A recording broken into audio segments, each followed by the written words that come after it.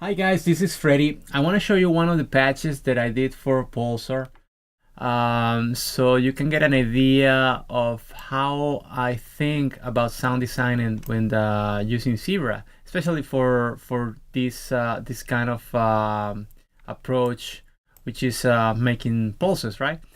So I'm gonna choose one of our patches on Pulsar. In this case, it's Dark Pulse. I think it's a good example just because it's pretty simple, but at the same time, there's a few things happening. There's a couple of layers going on. So it's kind of almost like in the middle ground as far as patches in the library. So let me play first so you can see what's going on and we can start talking about it.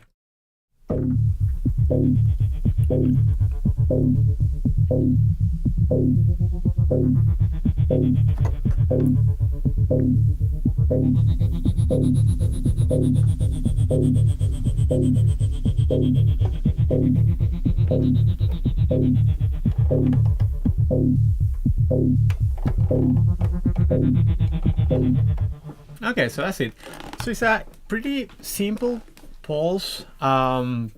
It's not super aggressive, it's very subtle.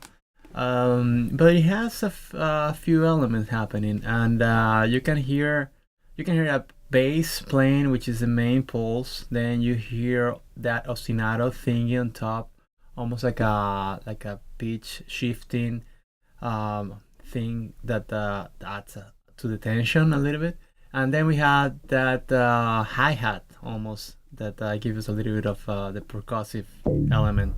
So if you own Pulsar, you know that the whole library is organized on pulses and stems. I guess most of the library. And the philosophy behind that is that sometimes it's just easier to use the elements on particular patches, especially because these patches are pretty complex, are pretty full. If I play this patch on a movie scene, that could be all you need, so maybe you don't need to add anything else, and that works as it is. So if I just wanna keep adding elements, I'm probably gonna have to use one of the stems. So in this case, let's say I have the bass. I could also use stem B, which is the ostinato element, and then we had our hi-hat. So yeah, each stem is like a submix of different submix of the main pulse.